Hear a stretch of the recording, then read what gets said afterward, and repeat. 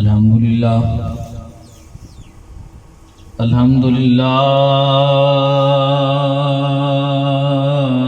رب العالمین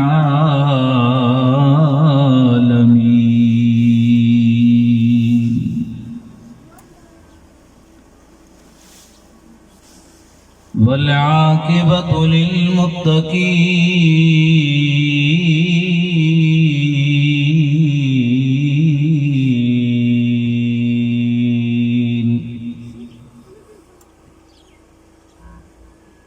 الصلاة والسلام على رسوله الكريم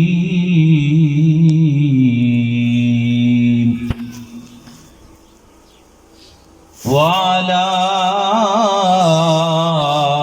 آله وأصحابه وأهل بيته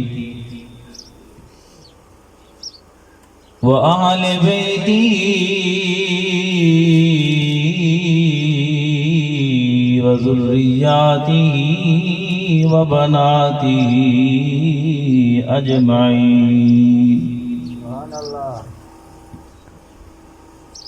أما بعد فأعوذ بالله من الشيطان الرجيم.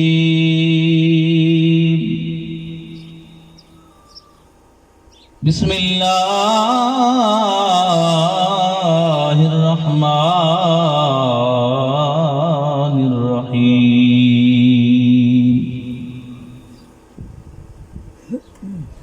الذي خلق الموت والحياة ليبلوكم أيكم أحسن عملا. آمنت بالله صدق الله العظيم ومولانا وصدق رسوله النبي الكريم الأمين. ببركة إن الله وملائكته يصلون على النبي يا أيها الذين آمنوا صلوا عليه وسلموا تسليما. محبت نال پڑھ والصلاة والسلام عليك يا الصلاة والسلام عليك يا سيدي يا رسول الله وعلى آلك وصحبك يا رحمة للعالمين. سارے پڑھ لو، ایک دفعہ مل کے پڑھ لو. والصلاة والسلام عليك يا سيدي يا رسول الله وعلى آلك وأصحابك يا رحمة للعالمين.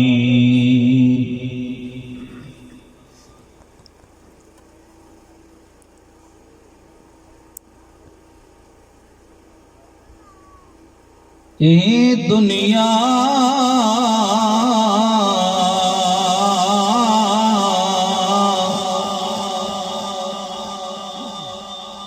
او یارو اے دنیا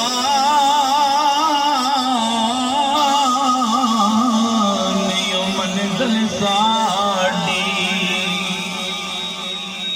بولی گیا آپ ذرا سبحان اللہ. سبحان اللہ. پوری ذوق اور پوری محبت کی ذرا محفل میں حاضر بیٹھیں گے تو پھر انشاءاللہ ماحول دوبالا ہوگا. محبت سے دھکا کہہ دیجیے کہ ذرا سبحان اللہ. اے دنیا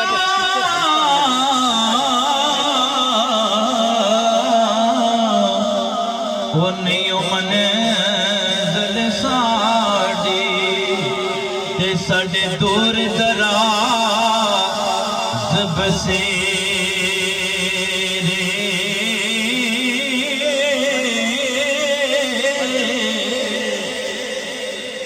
وہ یارو اے دنیا نیو منزل ساڑی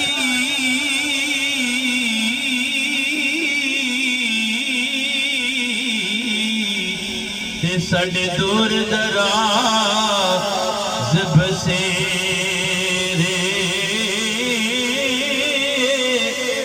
ملک فلکی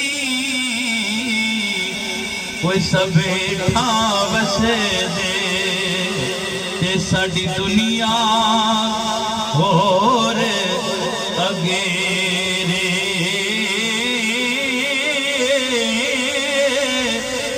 تے لاہوتی پرواز ساڈی اوے لاہوتی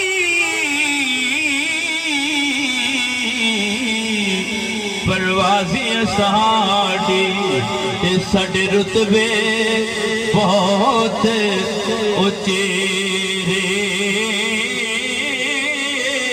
تے آزم اصل مقام ساڈا وہ جتھے ذات قدیم دے ڈیرے تے آزم اصل مقام ساڈا وہ جتھے ذات قدیم دے ڈیرے تے عرب کھڑی رومی کشمیر آپ نے بھی حد کر دیتی آپ فرماندے نے لوگو اے دنیا اے چکی یارو تے اسیاں اس دے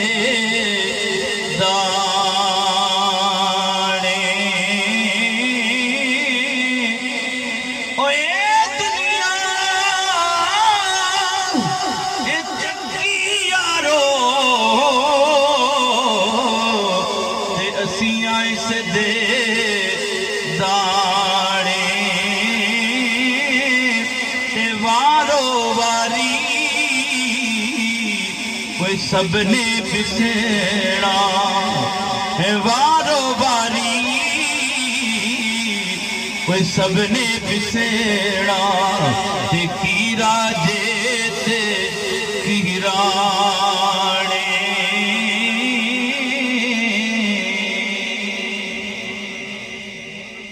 بعد حمد و ثنا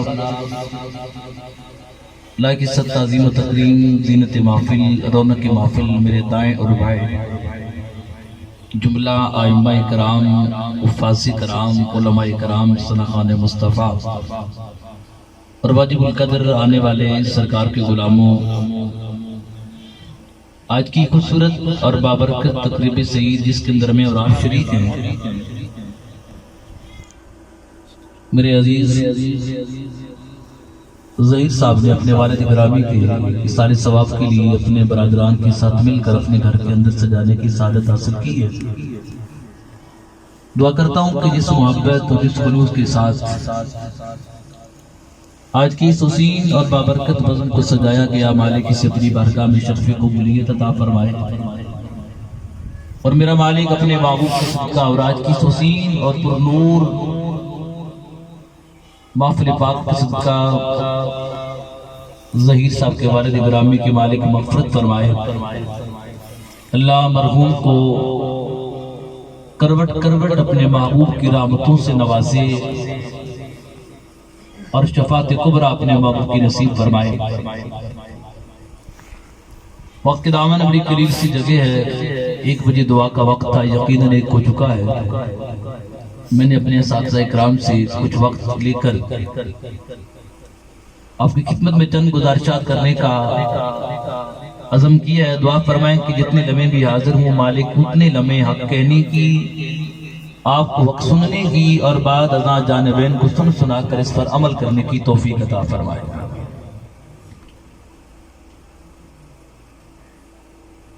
میرے ذمہ جو عنوان لگایا گیا موت کا کہ موت کے حوالے سے آپ نے چند کلمات کہنے ہیں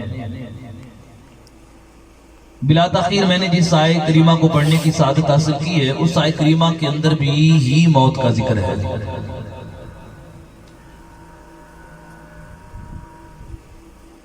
سورہ ملک کی یہ آیت کریمہ جو میں نے پڑھی ہے پھر اس کا ترجمہ سماعت فرما لیجیے پھر میں بلا تاخیر اپنی بات کو آپ کی سماعت نظر کرتا ہوں خالق کائنات نے اعلان فرمایا کہ الذی خلق الموت والحیات لیبلوکم ایکم احسن عملا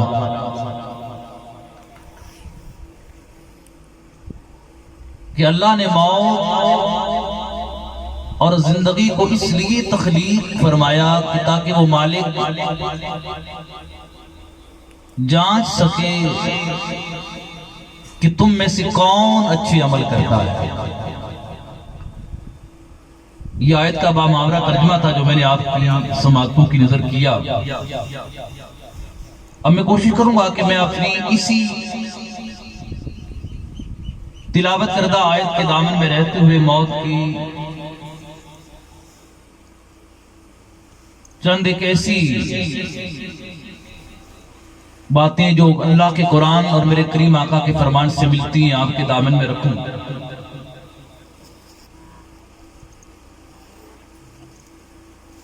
پہلی سی آیت کریمہ کو اگر آپ دیکھیں تو اللہ جل جلالہ نے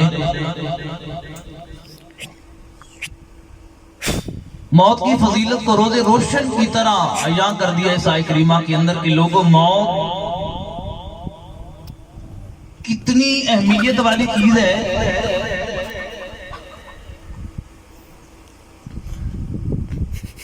اور موت پروردگار عالم نے ایک مومن کے لیے کتنا بڑا تحفہ رکھا ہے۔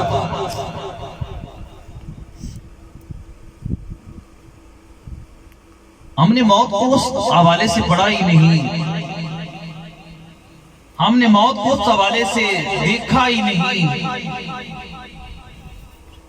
کہ موت تو کتنا بڑا تحفہ ہے مومن کے لیے کہ میرے مصطفیٰ خود فرماتے ہیں کہ لوگوں موت یہ مومن کے لیے تحفہ ہے۔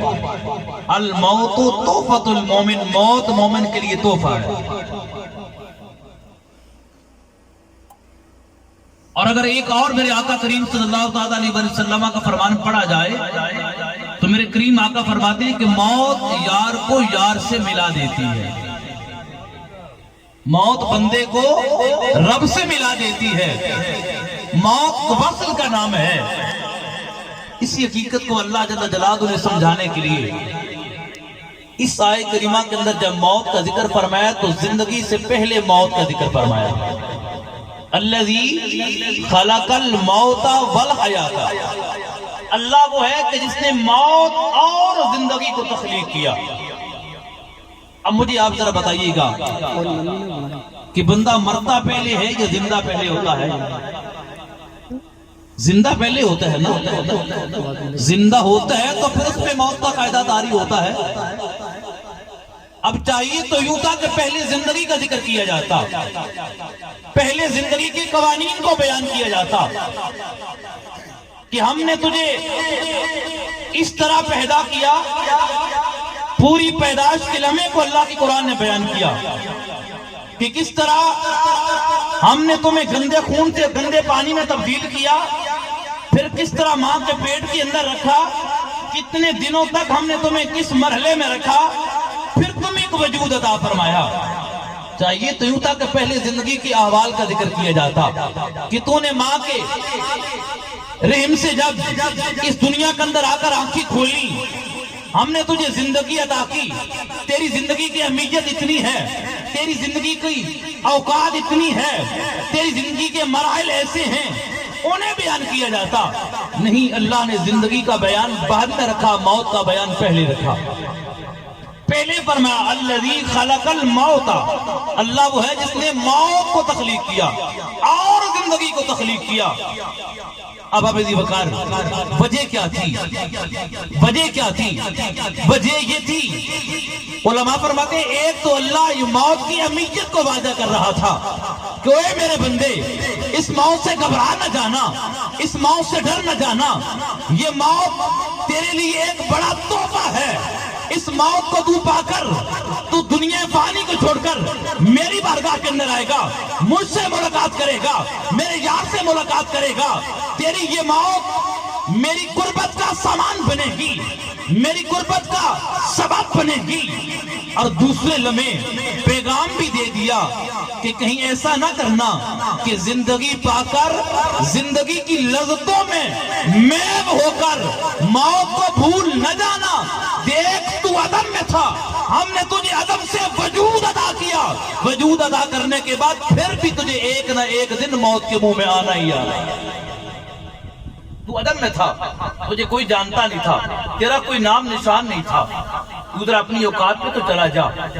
تو کس طرح گندے پانی سے پیدا ہوا، پھر کیا تیری پیدائش کا انتظام و انصرام کیسے رکھا، ہم نے تجھے کس طرح ماں کے رحم میں رکھا، کس طرح تیری ولادت ہوئی، تیری ماں ناپاک ہو گئی، جس بستر پہ ولادت ہوئی وہ بستر ناپاک ہو گیا۔ تو سن، 40 دن تیری ماں نماز پڑھنے کے قابل نہ رہی، تیری ماں پاک نہ رہی، تو آیا کس طرح، تیری ولادت کس طرح انداز کی ہوئی۔ یہ باتیں ساری اس لیے بتا رہا ہوں، یہ مالک نے خود بتائی ہیں کہ بندے کہیں زندگی کی جولانی کو پا کر، زندگی کے اندر عارضی عہدے کو پا کر، زندگی کے اندر تھوڑی سی دولت کو پا کر مجھے بھول نہ جانا، ایک نہ ایک دن پھر تو نے موت کے منہ میں ہی آنا ہے، ایک نہ ایک دن پھر تو نے موت کے منہ میں آنا ہے، پھر تجھے مرنا ہے، پھر تجھے مر کر میری بارگاہ کے اندر آنا ہے۔ تو صاحبو، اللہ نے موت کی اہمیت کو اجاگر کرنے کے لیے پہلے موت کا ذکر فرمایا الذی خلق الموت، موت کو اللہ نے تخلیق کیا اور زندگی کو تخلیق کیا، اور مقصد بھی بیان فرما دیا، فرمایا کہ زندگی اور موت کی تخلیق کا مقصد بھی یہی ہے کہ میں اللہ اندازہ کر سکوں کہ تم میں سے کون اچھے اعمال کرتا ہے۔ گویا اب یہ بات مجھ تک پہنچ گئی، آپ تک پہنچ گئی اللہ کے قرآن کے توسل سے کہ لوگوں، موت کو اس لیے پیدا کیا گیا تاکہ ہم اپنے اعمال درست کر لیں، ہم اپنا رہنا سہنا درست کر لیں، ہم اپنی زندگی کے ماحول کو درست کر لیں، ہم ایسا ماحول بنا لیں کہ جس ماحول میں رہ کر ہم کل اللہ کی بارگاہ میں جائیں تو مالک کے فرما بردار بندوں میں ہمارا شمار ہو جائے۔ صاحبو، او آج میں اسی موت کے حوالے سے 2-4 باتیں کر رہا ہوں۔ موت ختم کرنے کا نام نہیں، موت ختم کرنے کے لیے نہیں آتی بندے کو۔ ہم نے تو موت کی تعریف کو اور سمجھا ہے، ہم نے تو سمجھا کہ بندہ بس مر گیا، اب اس کی روح نکلی، موت کا قاعدہ طاری ہوا، بس ختم نہیں، موت ختم کرنے کے لیے نہیں آتی۔ وہ علامہ اقبال نے کہا تھا کہ موت کو غافل سمجھے ہیں اختتام زندگی، موت کو غافل سمجھیں اختتام زندگی۔ یہ غفلت ہے کہ موت کو اختتام سمجھ لینا۔ موت تو ایک ایسا سفر شروع کرنے کے لیے آتی ہے کہ جو سفر کبھی بھی نہ ختم ہونے والا ہے، ایسا سفر شروع کرنے کا آغاز موت سے ہوتا ہے جو کبھی ختم نہیں ہوتا، اور وہ ہے سفر آخرت۔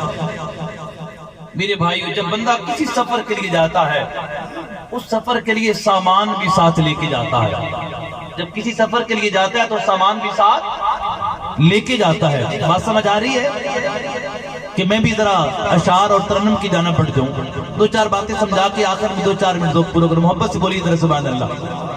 موت کا سفر جب شروع ہوتا ہے، موت ایک سفر کے لیے آتی ہے، ایسے سفر کے آغاز کے لیے آتی ہے کہ جو سفر حیات جوانہ کا سفر ہے، جو نہ ختم ہونے والا سفر ہے۔ اب آئیے اس سفر کے لیے ہمیں کرنا کیا ہے؟ اس سفر کے لیے ہم نے اپنا سامان سفر تیار کرنا ہے۔ اب یہاں سے اگر سیگل آباد جاتے ہیں، خانپور جاتے ہیں، تو جانے سے پہلے کم از کم اپنا کرایہ ضرور تیار کرتے ہیں۔ ذاتی سواری پہ جانا ہے تو ذاتی سواری کا پیٹرول ضرور چیک کرتے ہیں، اپنی گاڑی پہ جانا ہے تو اپنی گاڑی کو ضرور چیک کرتے ہیں، لوکل پہ جانا ہے تو کرائے کا انتظام کر کے جاتے ہیں، اور جس کام کے لیے جاتے ہیں اس کام کے لیے پورا سامان اکٹھا کر کے لے کے جاتے ہیں۔ ارے میرے بھائی، ہم نے جس منزل کی جانب جانا ہے اس منزل کا سفر موت سے شروع ہوتا ہے۔ اس منزل کی تیاری کے لیے ہم نے سفر کا سامان کون سا اکٹھا کیا، اور اس منزل پہ جا کے ہم نے اپنے آپ کو کیسے پیش کرنے اس کے لیے کیا تیاری کی۔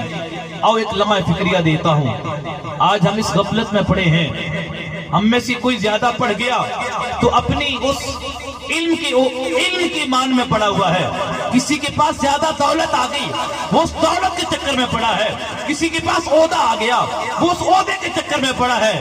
نہیں میرے بھائی، اللہ کے قرآن کو پڑھ، میرے محمد کریم عربی کے فرمان کو پڑھ۔ اللہ کا قرآن کہتا ہے کل من علیہ فان، ارے علم پانے والے تیرا یہ علم بھی فانی ہے، ارے دولت پانے والا تیری یہ دولت بھی فانی ہے، عہدے پانے والے تیرا یہ عہدہ بھی فانی ہے۔ پروردگار عالم پھر بقا کس کو ہے؟ مالک فرماتا وَيَبْقَى وَجْهُ رَبِّكَ ذُو الْجَلَالِ وَالْإِكْرَامِ، بقا اگر کسی ذات کو ہے تو وہ مالک الملک کی ذات ہے۔ بقا اگر کسی ذات کو ہے تو وہ مالک الملک کی ذات کو ہے۔ تو جس ذات کو بقا ہے اس ذات کے سامنے پیش ہونا ہے، اس ذات کے سامنے بولو پیش ہونا ہے، اپنے ایک ایک عمل کا حساب و کتاب دینا ہے۔ آج ہمارے بھائی منیر رحمت اللہ تعالی علیہ جن کے اصالہ ثواب کے لیے ہم بیٹھے ہیں وہ پیش ہو چکے ہیں، 1 سال بیت چکا۔ اللہ کا قرآن کہتا ہے تم نے ایک ایک سانس کا اللہ کی بارگاہ میں حساب و کتاب دینا ہے، ایک ایک سانس کا، ایک ایک لمحے کا تمہیں اللہ کی بارگاہ میں حساب و کتاب دینا ہوگا۔ زندگی کیسے گزاری، زندگی کے دن کیسے گزارے، راتیں کیسے گزاری، علم حاصل ہوا تو علم کو کیسے استعمال کیا، دولت دی تو اللہ نے دولت کو کیسے استعمال کیا، عہدہ دیا تو عہدے کو کیسے استعمال کیا، زندگی کے اندر اللہ نے کوئی بھی طاقت عطا فرمائی اس طاقت کو تو نے کیسے استعمال فرمایا، یہ ساری باتوں کا حساب و کتاب اللہ کی بارگاہ میں دینا پڑے گا۔ میں نہیں کہتا، اللہ کا قرآن خود کہتا ہے الیوم نختم علی افواہہم وتکلمنا ایدیہم۔ ارے میرے بھائی آج طاقت کے بلبوتے پہ ہم اپنی زبان، کسی کی زبان کو بند تو کر لیں گے، زبان خاموش تو ہو جائے گی، ہاتھ نہیں بول سکتے، لیکن اس مالک کا جب دربار لگے گا زبان پہ تالا لگا ہوا ہوگا لیکن ہاتھ بول کر کہیں گے کس نے فلاں ظلم کیا تھا۔ ارے میرے بھائی یہ آنکھیں بول کر کہیں گی فلاں ظلم کیا تھا، یہ پاؤں بول کر کہیں گے فلاں کی جانب ظلم کے ارادے سے چل کے گیا تھا، فلاں کے ساتھ ظلم کیا تھا۔ وہاں یہ اعضاء بول بول کر اللہ کی بارگاہ میں گواہی دیں گے۔ پھر وہاں کیا ہوگا؟ پھر وہاں ہمارے پاس سوائے شرمندگی کی اور کچھ نہیں ہوگا۔ آؤ آج وقت ہے ہمارے پاس، ہم اپنی زندگی کا سامان ایسے بنا لیں جو سامان ہمیں زندگی کا اس سفر کے لمحے بلمحے کام آئے، ہر موڑ پہ کام آئے۔ سفر موت شروع ہو ہمارے پاس تو اکٹھا ہوا سامان ہے، وہ اکٹھا سامان کیا ہے؟ وہ نیک اعمال ہیں، وہ نیک ارادے ہیں، وہ نیک سوچیں ہیں، وہ نیک نیتیں ہیں، وہ نیک کام ہیں، وہ نیک ارادے ہیں، وہ اچھے اعمال ہیں، وہ اعمال صالحہ ہیں۔ اللہ کا قرآن خود کہتا ہے من عمل صالحا من ذکر او انثى وهو مؤمن فلنحيينه حیاتا طیبہ۔ ارے مومن مرد، مومن عورت، اچھے اعمال دنیا کے اندر کرنا تیرا کام ہے۔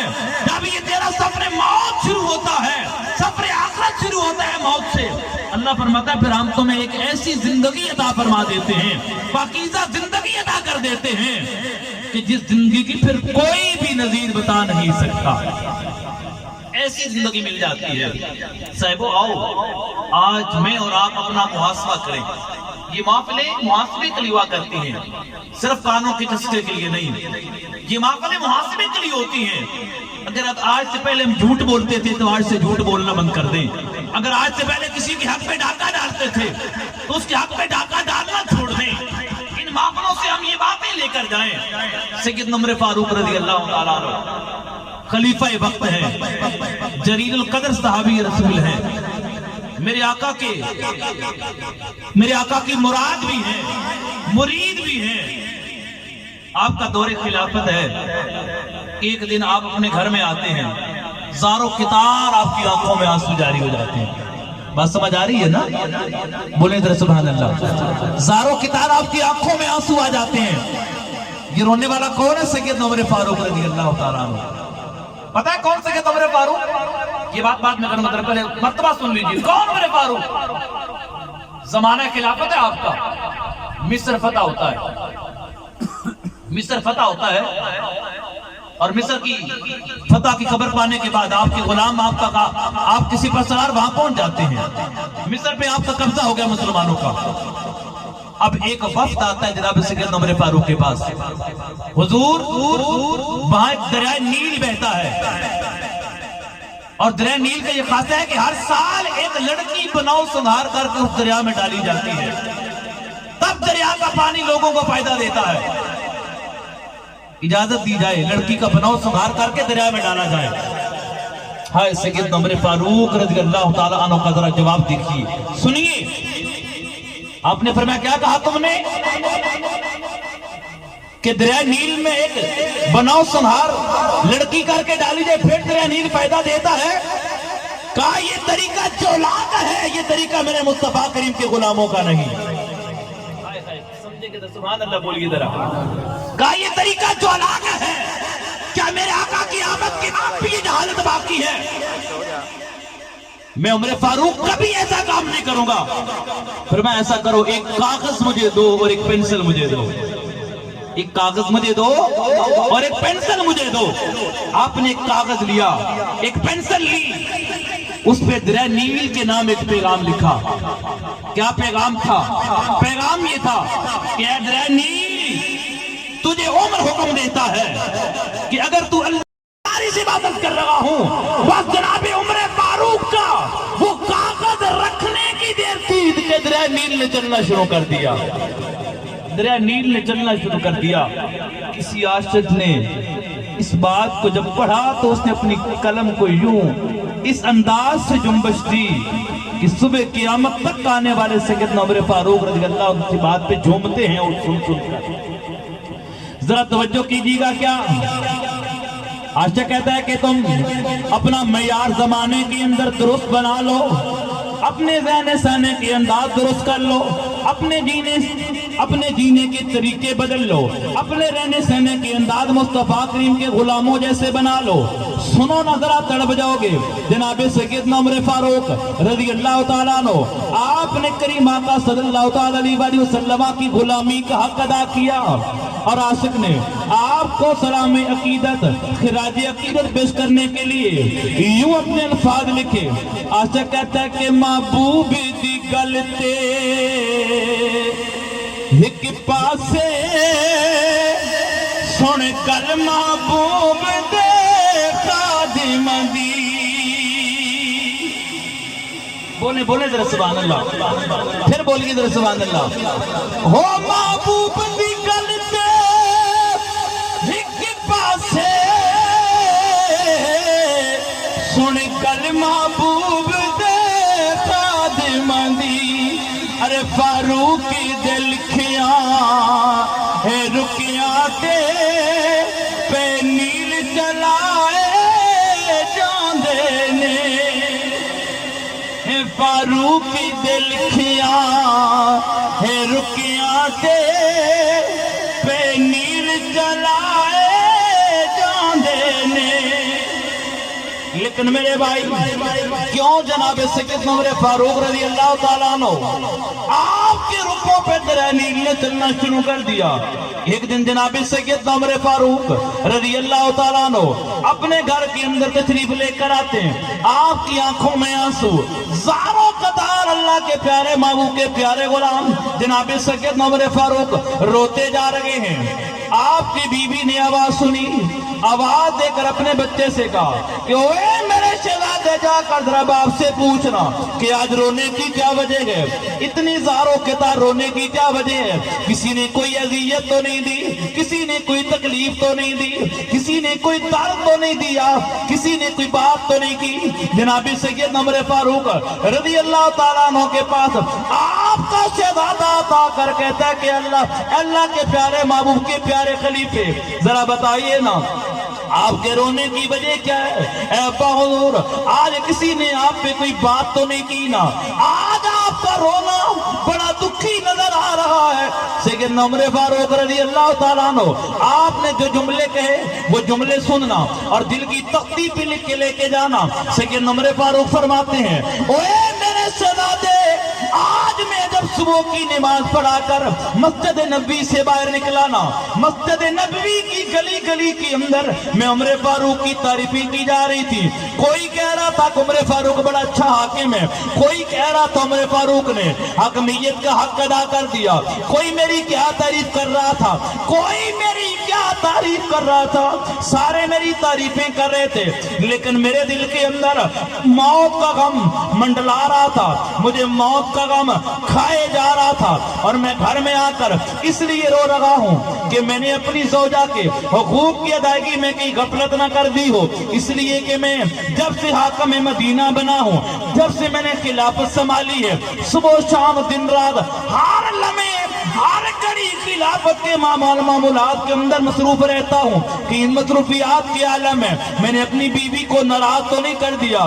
جا کر اپنی اماں سے پوچھ کہ تو مجھ سے ناراض تو نہیں. سارے مدینے والے میں عمر سے راضی ہیں. آپ کا شہزادہ اپنی ماں کے پاس گیا، آپ کی زوجہ محترمہ نے جب یہ الفاظ سنے وہ آپ جناب سید عمر فاروق رضی اللہ تعالیٰ کے پاس تشریف لے کر آ گئے. فرمایا کہ اے میرے شوہر نامدار، اے میرے سرتاج، کیوں رو رہے ہو؟ سید عمر فاروق رضی اللہ تعالیٰ عنہ آپ نے جب وجہ بتائی کہ اے میری فرما بردار بیوی، میں مدینے کی ریاست کا حاکم رہا، میں خلافت پہ خلافت کے فرائض سر انجام دیتا رہا، میں نے اتنا عرصہ خلافت کے اندر گزار دیا، مجھے کوئی شکایت نہیں ملی، ہر ایک مجھ سے خوش ہے، ہر ایک میری تعریفیں کر رہا ہے کہ تو مجھ سے ناراض تو نہیں. بیوی کہنے لگی عمر فاروق میں ناراض تو نہیں ہوں، لیکن میری بات سن لیجئے، میں آپ کی رضا میں تب راضی ہوں گی، میں آپ کی ہاں میں تب ہاں ملوں گی جب آپ مجھ سے وعدہ کریں گے. سید عمر فاروق رضی اللہ تعالیٰ عنہ آپ کہنے لگے کیا وعدہ چاہتی ہو؟ آپ کی بیوی کہنے لگی اے عمر فاروق، کل جب آپ جنت کے اندر کریم گجپال آقا کی بارگاہ کے اندر جائیں تو مجھے بھی ساتھ لے کر جائیں. سید عمر فاروق رضی اللہ تعالیٰ جو بات میں عرض کرنا جا رہا تھا، آپ نے وعدہ کیا اپنی بیوی سے. اب معاملہ ذرا دیکھیے، جو بات میں سمجھانے جا رہا ہوں، ہمارے باہر کے معاملات بڑے درست ہوتے ہیں، باہر کے معاملات ہمارے بڑے درست ہوتے ہیں، دوست ہمارے ہم سے خوش ہوتے ہیں اس لیے کہ ہم انہیں وقت دیتے ہیں، ہمارے بھائی چارے بڑے خوش ہوتے ہیں اس لیے کہ ہم انہیں وقت دیتے ہیں. لیکن اکثر یہ ہوتا ہے کہ بیوی بچے گھر میں ترستے رہتے ہیں. میرے کریم لجپال آقا کے غلاموں سنو، آج کی اس محفل کا بڑا پیغام آپ کے دامن میں رکھ رہا ہوں. آج سے یاد کر لو، باہر والوں کو بھی اللہ کی رضا کی خاطر راضی رکھنا ہے، لیکن جن پہ اللہ نے آپ کو حاکم مقرر کیا ہے، جن کا حقوق اللہ نے آپ کے ذمہ لگائے ہیں، اگر آپ نے ان کے ساتھ زیادتیاں کی نا تو پھر یہ ذہن میں رکھ لینا، جب وہ با اختیار ہوں گے نا پھر تمہارے پاس کوئی جواب نہیں ہوگا. آخری بات ختم کرنے کی طرف جا رہا ہوں. ایران کا ایک بادشاہ، اس نے اپنے بچے کو ایک استاد کے پاس پڑھنے کے لیے بھیجا. آج ہمارے گھریلو ماحول کے اندر بڑی زیادتیاں ہوتی ہیں، خاوند بیوی کے جھگڑے نہیں ختم ہوتے، اولاد کی زبانوں پہ شکوے ہوتی ہیں کہ میرے والدہ نے اور میرے والد نے میرے ساتھ یہ انصافی کی، میرے بھائی کو فلاں کا مقام دے دیا، یوں کر دیا. کتنی بڑی بڑی زیادتیاں ہم کر دیتے ہیں اپنی بیوی کے ساتھ اور اولاد کے ساتھ. آؤ ذرا سننا، ہم حاکم ہیں نا، آج ہم با اختیار ہیں، آج ہمیں قدرت طاقت رکھتے ہیں ہم، لیکن جب ہمارے ماتا طاقتور ہوں گے نا پھر ہمارے پاس کوئی جواب نہیں ہوگا. جو بات میں آپ کے دامن میں رکھنے جا رہا ہوں اس محفل کی وساطت سے، اور موت کی تیاری میں سے ایک تیاری اپنے حقوق العباد ادا کرنے شروع کر دو. ایران کے بادشاہ نے اپنے ایک بچے کو ایک استاد کے پاس بھیجا علم حاصل کرنے کے لیے. وہ علم حاصل کرتا رہا. ایک دن اس بچے کو استاد نے بغیر کسی غلطی کے اچھی خاصی پٹائی کر دی. بچہ گھر واپس آیا، اس نے آ کر اپنے باپ سے جا کر کہا کہ آپ بادشاہ بھی ہیں، میرے باپ ہیں، آج میرے استاد نے مجھے بغیر کسی وجہ کی سزا دی ہے. سبق یاد نہ ہوتا تو میرا استاد مجھے سزا دیتا تو میں آپ کو شکایت نہ کرتا. اگر میں کچھ شرارت کرتا تو میرا استاد مجھے سزا دیتا تو میں آپ کو شکایت نہ کرتا. لیکن آج بغیر وجہ کے میرے استاد نے سزا دی ہے. ابا حضور میں آپ کو بتاتا ہوں کہ میرے استاد کو اس کٹہرے میں بلاؤ اور بلا کر پوچھو کہ تم نے میرے بچے کو سزا کیوں دی ہے۔ بادشاہ بھی وہ بادشاہ صرف بادشاہ نہ تھا بلکہ اہل علم بھی تھا اور اہل ذوق بھی تھا۔ اس نے کہا بچے بات تیری اپنی جگہ پہ ٹھیک ہے کہ تیرے استاد نے بغیر غلطی کی تجھے سزا دی ہے، لیکن سن وہ تیرا استاد ہے، میری غیرت گوارا نہیں کرتی کہ میں تیرے استاد کو اپنے سامنے کٹہرے میں کھڑا کر کے پوچھوں کہ تو نے میرے بچے کو سزا کیوں دی۔ یہ ہے اہل ذوق اہل ادب کا تقاضا۔ آج ہم کیا کرتے ہیں معاشرے کے اندر، آپ بہتر مل کے سمجھ سکتے ہیں، توجہ رکھیے گا بات پہ۔ وہ بچہ اپنی ماں کے پاس چلا گیا، ماں سے جا کر کہا کہ ماں میں نے ابا کو جا کر شکایت لگائی ہے، میرے استاد نے بغیر وجہ سے مجھے مارا ہے، اگر کوئی وجہ ہوتی تو میں شکایت نہ لگاتا، لیکن میرے استاد نے مجھے بغیر کسی غلطی کی مجھے سزا دی ہے، اس لیے جا کر میرے باپ سے کہو کہ میرے استاد کو بلا کر پوچھے کہ اس نے مجھے سزا کیوں دی ہے۔ ماں بھی کو آج کی طرح میری اسلامی ماؤں اور بہنوں کی طرح نہ تھی، وہ بھی کلمہ بھی پڑھتی تھی، کلمے والے کا پاس بھی جانتی تھی اور کلمے والے کی شریعت سے بھی واقف تھی۔ اس نے کہا میرے بیٹے بات تیری حق ہے، مجھے درد بھی ضرور ہے، لیکن تیرا باپ میرا خامد ہے، میرا مجازی خدا ہے، اور میرے رب نے اور میرے رب کے پیارے محبوب نے مجھے اس کی فرما برداری کا حکم دیا ہے، میری جرت نہیں کہ میں تیرے باپ کے سامنے تیرے استاد کی شکایت کو جا کے رکھوں۔ وقت بیت گیا، تاریخ بتاتی ہے کہ 22 سال کا عرصہ، میرے خود اپنی آنکھوں سے پڑھا، 22 سال کا عرصہ بیت گیا۔ 22 سال کے بعد بادشاہ فوت ہوا، وہ بچہ تخت پہ بیٹھا بادشاہ بنا۔ جیسے تخت پہ بیٹھا تو اس نے پہلا جو حکم جاری کیا وہ یہی جاری کیا کہ فلاں نامی ایک استاد ہے میرا، اسے کٹہرے میں بلاؤ، اس سے میں پہلا سوال کروں گا، میں اپنی بادشاہی کا آغاز اپنے اس پہلے سوال سے کروں گا۔ 22 سال کا عرصہ بیت چکا تھا، استاد بوڑھا ہو چکا تھا، گردن جھک چکی تھی، کمر جھک چکی تھی، پلکیں جھک چکی تھی۔ وہ اپنے ہاتھ میں چھڑی لیے، بزرگی کے عالم میں وہ استاد اس کے دربار میں آتا ہے۔ جب آ کر استاد دربار میں کٹہرے میں کھڑا ہوتا ہے تو وہ شہزادہ کہتا ہے، بادشاہ کہتا ہے کہ میرے استاد بتائیے آج سے 22 سال قبل آپ نے مجھے سزا دی تھی، کیوں دی تھی، اس کی وجہ کیا تھی؟ اس استاد نے آنکھیں اٹھا کر آنکھوں پہ ہاتھ رکھ کے اوپر دیکھ کر کہا شہزادے خیریت ہے، مجھ سے کیوں سوال کر رہے ہو؟ کہا میں شہزادہ نہیں، آج میں بادشاہ بن چکا ہوں، میرے سوال کا جواب دیا جائے مجھے کیوں سزا دی؟ استاد نے جو جواب دیا وہ ذرا سنیے گا۔ اس شہزادے کے استاد نے کہا کہ آج کے دن کے لیے ہی میں نے تجھے اس دن بغیر غلطی کی سزا دی تھی، آج کے دن کے لیے۔ وہ کہنے لگا میں مطلب سمجھ نہیں سکا، مجھے کچھ جواب سمجھ نہیں آیا کہ آج کے دن کے لیے کیا مطلب اس سے۔ وہ اللہ کا بندہ کہنے لگا شہزادے میں نے آج کے دن کے لیے سزا اس لیے دی تھی کہ جب تو تخت پہ بیٹھے گا تو با اختیار بن جائے گا، پھر تیرے من میں جو آئے گا تو وہ کرے گا، جو تیرا دل جائے گا تو وہ کرے گا، لیکن تو نے دل کی نہیں ماننی، تو نے اپنے من کی نہیں ماننی، بلکہ تو نے اللہ کے قرآن اور میرے محمد کریم عربی کے فرمان کی بات کو ماننا ہے۔ اگر تو نے دل کی مانی، اپنے من کی مانی، قدرت اور اختیار تو نے استعمال کیا، تو پھر دیکھ لے 22 سال پہلے جب میں نے تجھے سزا دی تھی میں با اختیار تھا اور تیرے پاس کوئی اختیار نہیں تھا، تو نے پورا زور لگایا، تو والد کے پاس کیا، والدہ کے پاس کیا، کسی ایک نے مجھے کٹہرے میں کھڑا نہ کیا، لیکن آج تو با اختیار ہوا، تو نے مجھے کٹہرے میں جا کر کھڑا کر دیا۔ سن لے تو آج با اختیار ہے، با اختیار ہو کر کسی پہ ظلم کرے گا، کسی کے ساتھ زیادتی کرے گا، کل جب بروز محشر وہ با اختیار ہوگا تو پھر اس وقت تیرے پاس کوئی جواب نہیں ہوگا۔